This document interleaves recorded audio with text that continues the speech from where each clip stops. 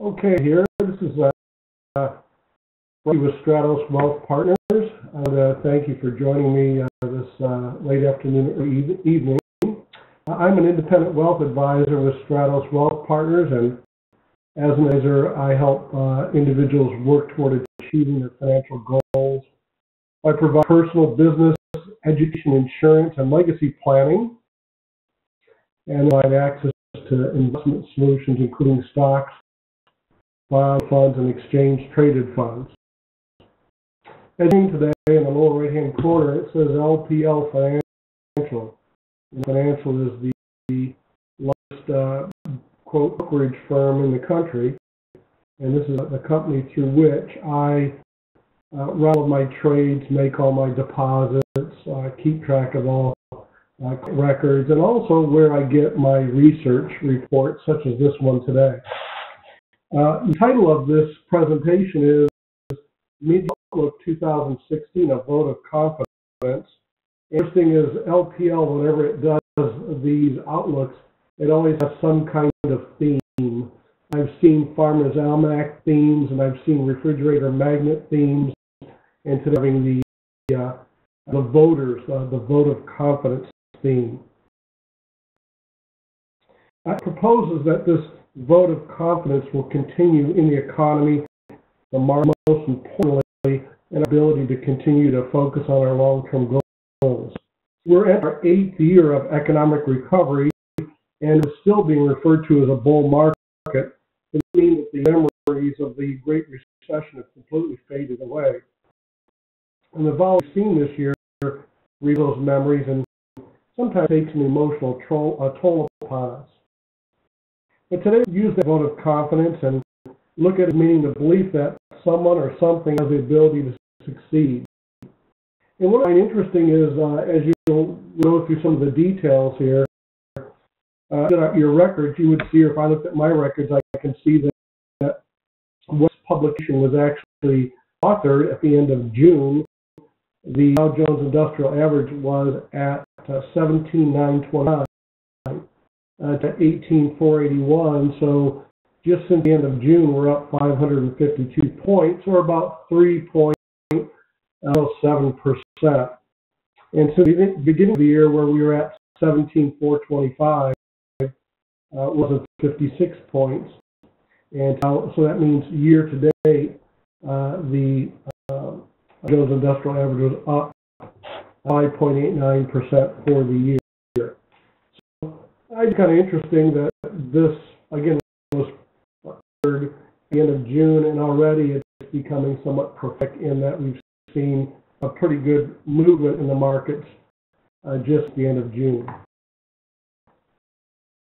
We really take into consideration when we provide this, our research provides us projection, are the themes that can influence the possibility of success as we continue to move through the second half. The Federal Reserve and its rate hikes, we saw some back and forth on intent to raise rates, backing off, attempt to raise again, and then along with the whole Brexit, we kind of threw that strategy in the wastebasket. So we've really seen the type of rate hikes that the Federal Reserve was projecting for the year. With Brexit shaking up the European continent and China flexing its economic muscle again, we have some international opportunities that we're going to talk about today.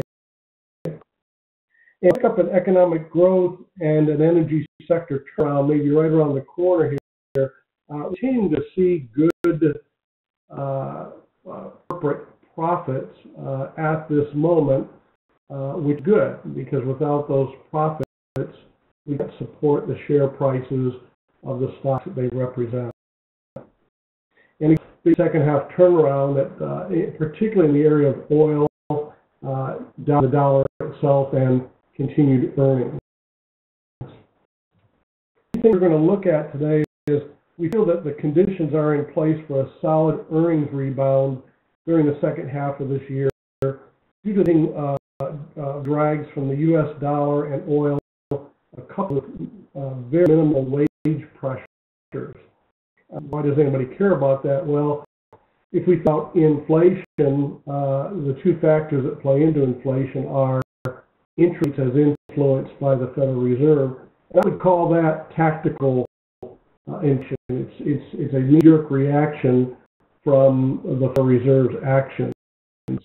I call wage growth or wage pressure to be strategic, and that is a more long term. It's not like something that happens and then just kind of goes away. So I think we're going to see inflation in measurable fashion in the second half of this year. I don't see wage pressures, upward wage pressures. And the presidential election presents another, sort of uncertainty. That's why it says here, playing politics. So in terms of policy outlook, that can have some real impact on market and economic, more market than economic performance.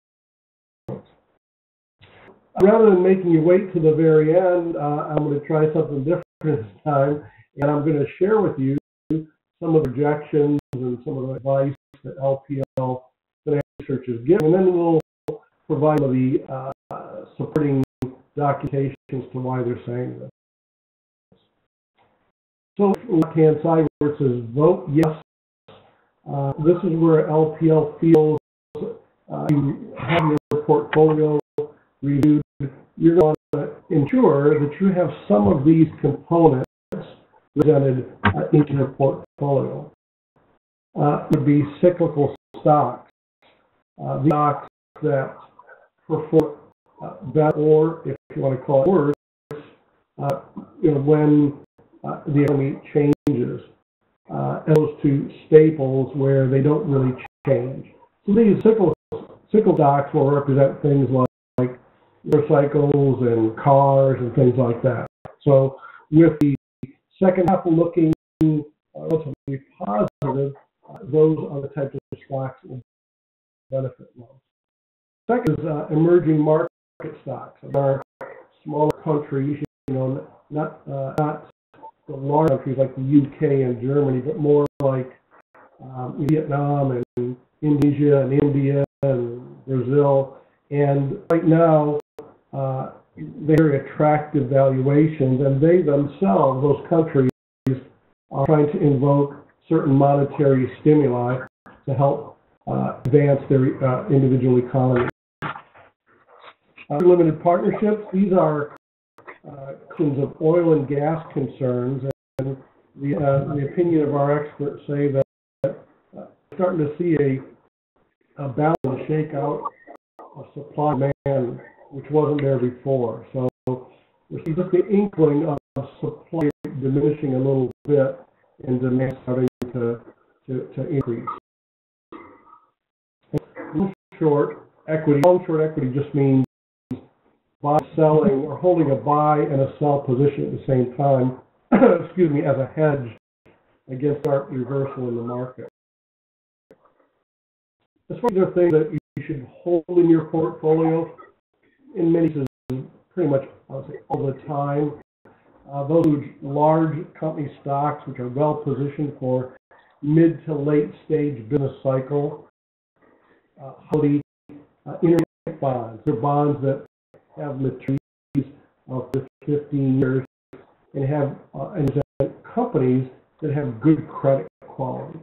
And then conversely, high yield bonds, these are bonds that pay above average rates of interest. And they do that because the issuers have less than perfect credit quality. A little bit of both of those. Why?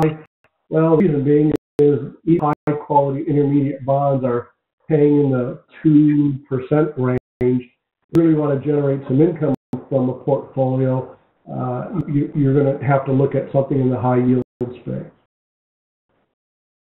Avoid right now are defensive stocks. Those are utilities that are less influenced by the economy. They perform better during the later stages of the economic cycle.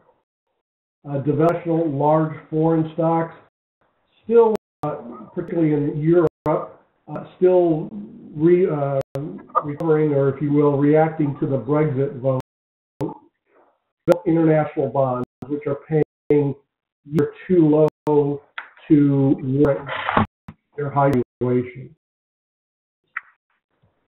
Economy itself, we expect between a 2 to 2.5% growth in gross domestic product for mid to single-digit returns in stocks in the second half of this year. And I did mention it at the outset that we're already approaching about a 6% return for the year already with stocks.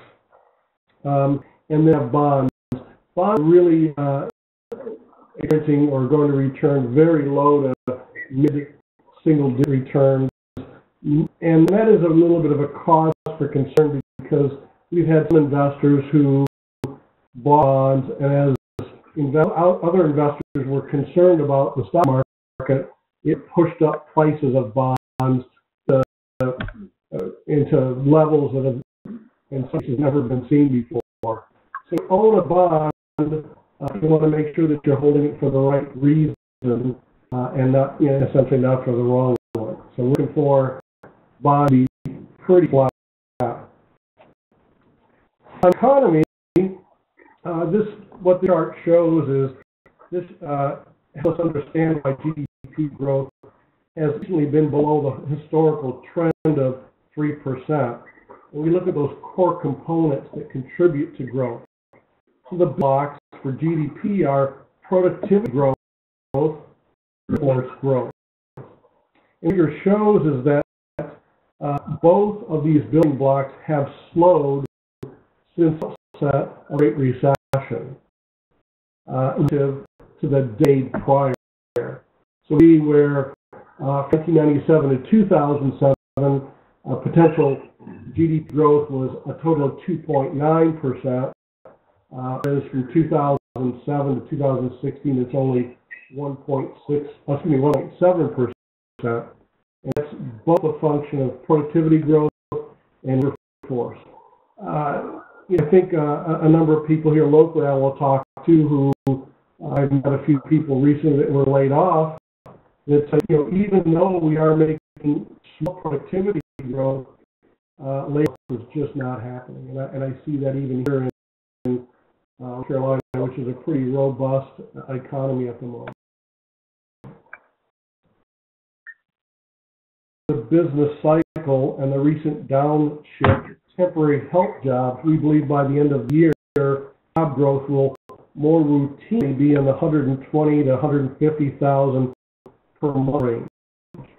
And still a clear deceleration from the 200,000 per month pace that occurred over the last 6 years. So job growth is still an issue, and it still has slowed. It just has not rebounded. I've seen, in the Wall Street Journal and on television, people talking about how this is one of the slowest, longest recoveries they've ever seen. It just seems to just kind of ooze like molasses, I guess. Commodity prices off the early 2016 lows increase the odds that inflation will continue to move toward the Fed's long-run 2% target by year end. So I don't really see inflation being a big player. 2% is very manageable and very much below historical averages. Look at policy issues, particularly as it relates to trade. Look at current trade law, which allows the president to act unilaterally in a number of circumstances, including limiting imports due to national security concerns and under national emergencies. Rather loosely defined term, but are viewed unfavorably by U.S. allies and trade partners and rarely been used in their history. Clinton, as a former Secretary of State, would likely be hesitant to use provisions, whereas Donald Trump, the Republican nominee, has shown sensitivity to these issues and is likely to act unilaterally. These represent another area of differences with market implications. Hillary Clinton has supported the Dodd-Frank Act, and this increases regulations on banks, and has promised to veto any attempt to repeal it. On the other hand, has announced plans to restructure Dodd-Frank. And I'm sure both Trump and Clinton have suggested that Medicare negotiate with pharmaceutical companies, which would likely push down drug prices and influence the profits of drug makers. Congress have repeatedly opposed this policy and wield some influence over Trump in this regard. A sweep of the presidency and Congress, although unlikely, really be considered a huge detriment for drug companies. Overseas markets is very uncertain and is fraught with both economic and geopolitical risks. We'll increase allocations to overseas equities in particularly emerging markets where there is greater political economic clarity, and that the market does not like uncertainty. In the economy, we can see that foreign markets have measurably trailed the United States. The chart we see with a very dark blue line, I guess, it was the S&P 500 index, whereas green and light blue line shows emerging markets and developed markets.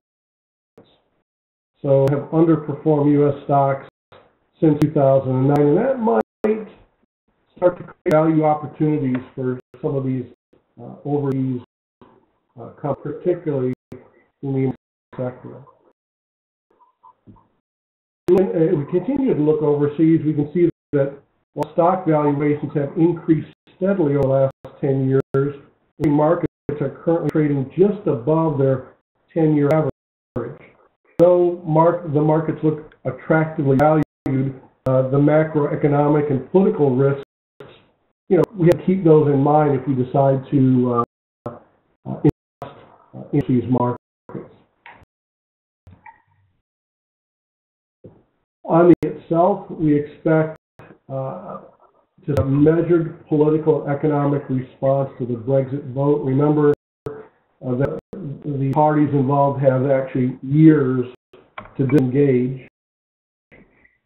Going to be staying within a reasonable trading range.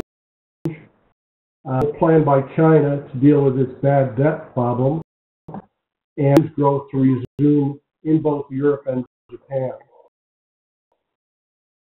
So,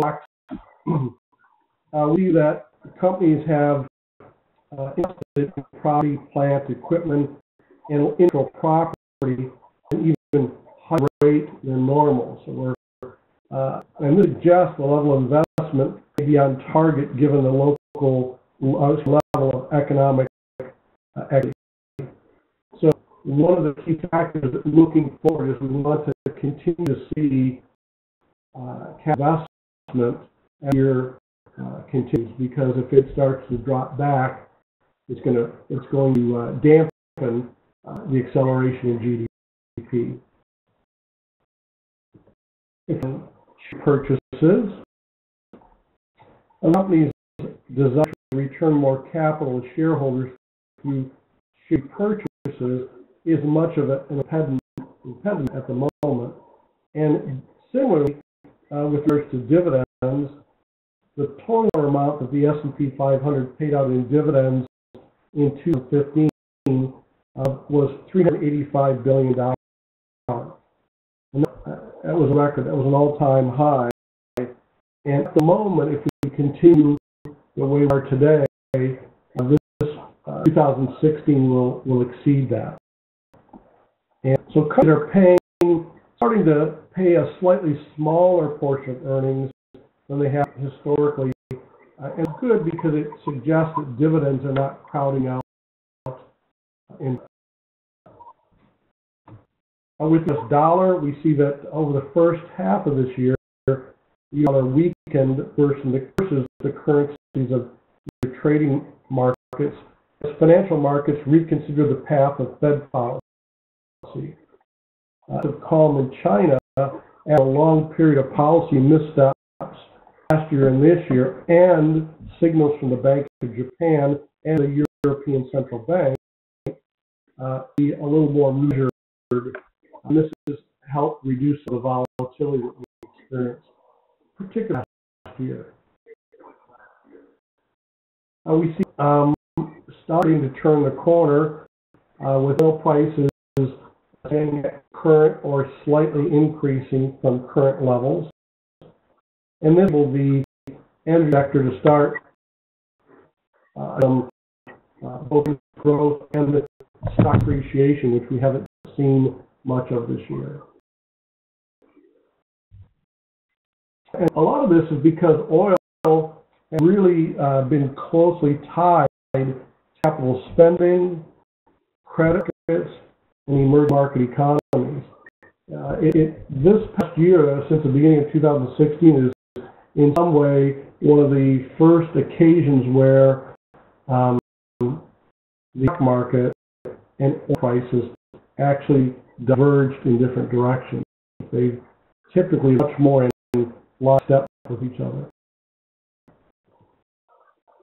So this is what this shows. This shows that the correlation between oil is the fall as oil prices move higher, and therefore would present less of a risk to the economy markets. But as oil stays at $50 or a barrel, it's being a source of equity market risk. So if you look at $50 a barrel level, oil companies can actually make money on each barrel of oil. Below that, they're not, and that causes all sorts of problems with regards to pricing, employment, etc.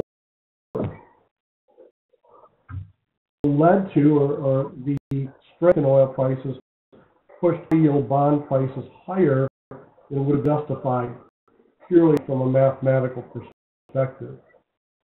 And although they continue to rise, the pace is slowing, and in these low-yield world, we again feel that an allocation of high-yield bonds may be appropriate.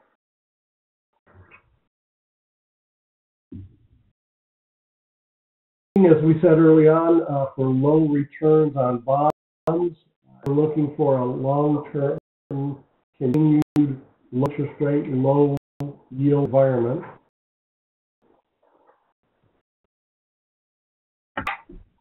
We continue again over the second half.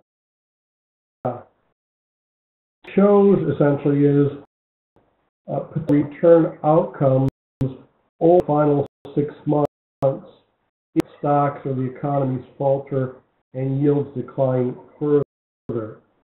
And the moral of the story here is that with bond at levels, they may not be able to function as a diversifier they have in the past, which is a concern. If the Treasury yield declines, the total return on will be a positive, but if conversely to the 10-year Treasury positive by just 0.5%, then the bondholder would lose 1.2% of their investment.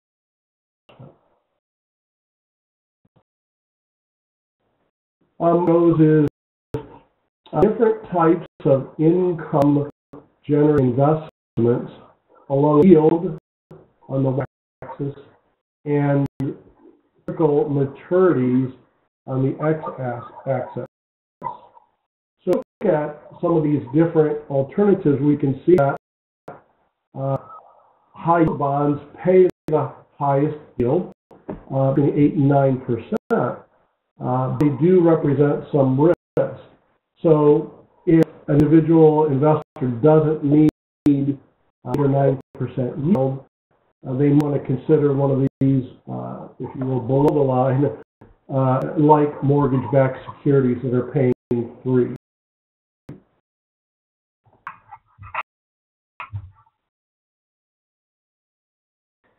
I guess the reason for this slide is to emphasize the importance of maintaining your goal-oriented perspective. There's a lot of noise out there at the moment. Anytime we have economic or market volatility, that causes that noise to become even higher.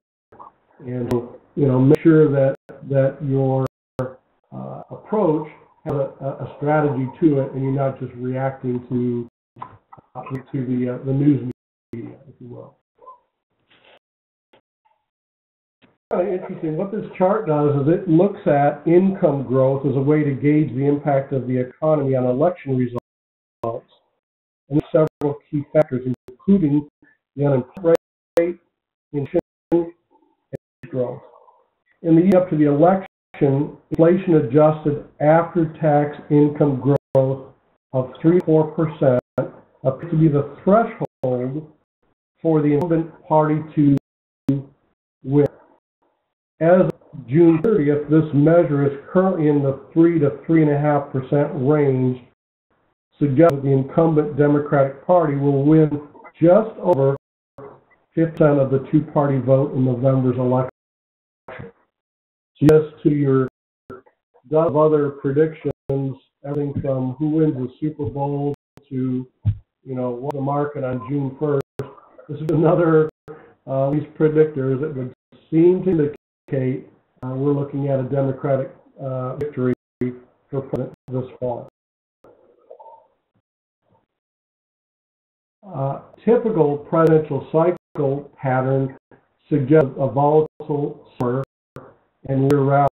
So election years have historically been good for stocks, excluding in late 2008, with averaging near 10% in solid returns 87% of the time.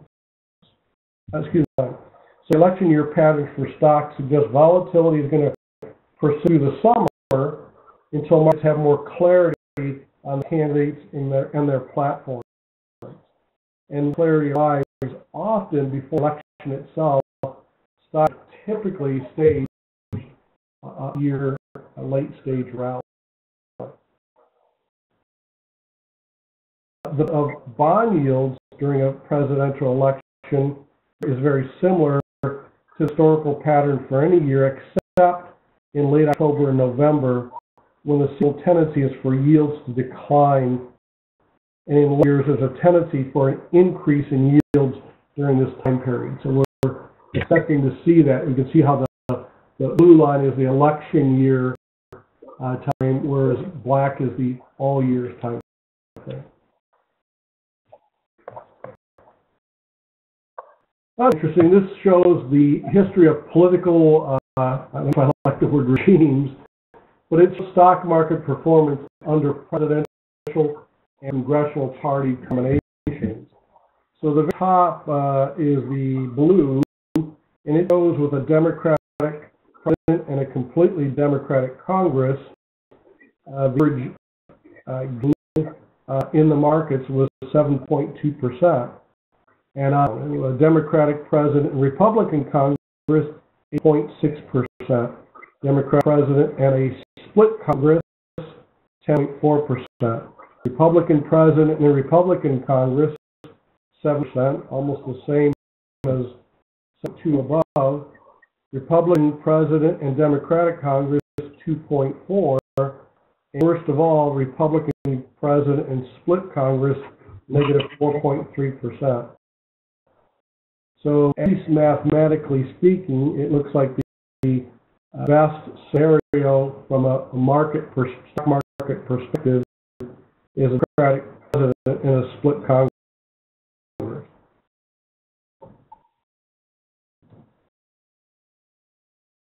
So, the presidential campaign strategy, it really requires us to stay focused on our own plans and make sure we have a strategy in place, and that we don't get distracted again by day-to-day activities. When this presentation first came out, I stared at this slide for a few minutes and it really hit me. And what it actually shows us what is the benefit or penalty of a diversified portfolio? So if you have a diversified portfolio that contains both stock and bonds and maybe even some alternative investments, they perform non-diversified portfolios in 11 out of 11 years. So what this really shows us is that there may be times when a diversified portfolio underperforms a concentrated portfolio on a year basis. Over time, the averages play out. You're better off holding losing asset classes and not putting everything in one class or the other. Also, by the time frame that we look at things. So time is much more important than return, thanks to the if you will, of compounding interest. So if you invested $10,000 a year, earning 5% a year, this would result in a future value of $1.2 million after 40 years. If you do an investment of $10,000 per year, the final column in the table shows the annual return that would require over the shorter time periods of 10, 20, or 30 years in order to reach the same level. So more of the story here is get started early. Have more time. If you have 40 years and you invest $10,000 a year, all is a 5% rate of return to earn $1.2 million. So your 30s, you're going to live to be or even your 40s. If you're going to live to be your 80s, make sure you're setting aside $10,000 a year and just be happy with 5+%, and you'll be a millionaire at retirement. If you wait until you only have 30 years, well, you got to get an 8.3% return, which is more difficult to do. If you wait until you're in your 50s or 60s and you've got 20 or 10 years, you're going to have to achieve an impossible 51% return on your money. It's just not going to happen.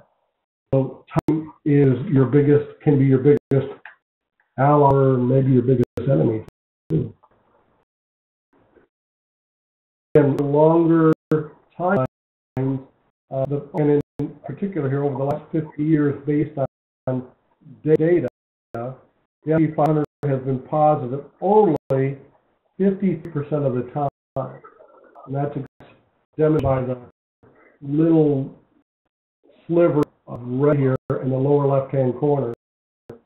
But over time, if we look at weeks, months, quarters, years, decades, and rolling 16-year periods, we can see that at 16-year time frame, the S&P 500, regardless of time, has always been positive. So the longer the point, the more positive the return, more likely. Yeah, inflation is the most punitive investment. So Canada right now is just not going to provide any type of return. So levels just are not there when it comes to cash. It will take you so long to achieve any kind of return. It's not even. That's what we're showing here is adjusted or adjusted for inflation. The stock market on the left versus 3-year or 3-month or 10-year treasury. So look at the stock that we want to invest. We want to continue to look at domestic holdings with companies with above average earnings growth, energy and master limited partnerships, only a little bit in the healthcare and emerging market arenas at the moment. Look for high quality intermediate bonds to play a major role in your diversification strategy. Look at adding a bit of mortgage-backed securities that are offering heights of return, or yields to be more technical. Incorporate investment-grade corporate bonds, and again, add to your portfolio some high-yield bonds, give you a much higher yield. This is what I've been an advocate of for a long time, and I think it really played out in 2008.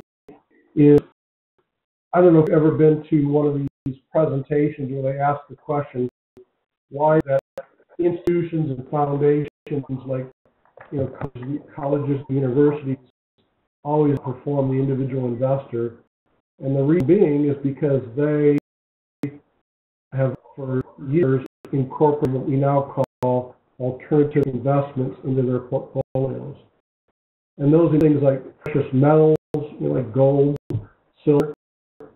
Managed futures is nothing more than companies agreeing to certain prices in the future. So if airline wants to put its budget for 2017, they're going to agree today to pay X amount of dollars in 2017 for kerosene or jet fuel, whichever you want to call it, because they don't want to have the huge uncertainty of prices moving up and down. Long equities, this is essentially a hedge strategy where we long buy certain and at the same time short, lend out or kind of sell equities. So it helps diminish volatility at times. Limited partnerships, which are really nothing more than a particular type of business formation, and the business formation into some of its benefits is obligated to pay out its profits more quickly. So that's a real good source of income as well as a hedge against a drop in the stock market.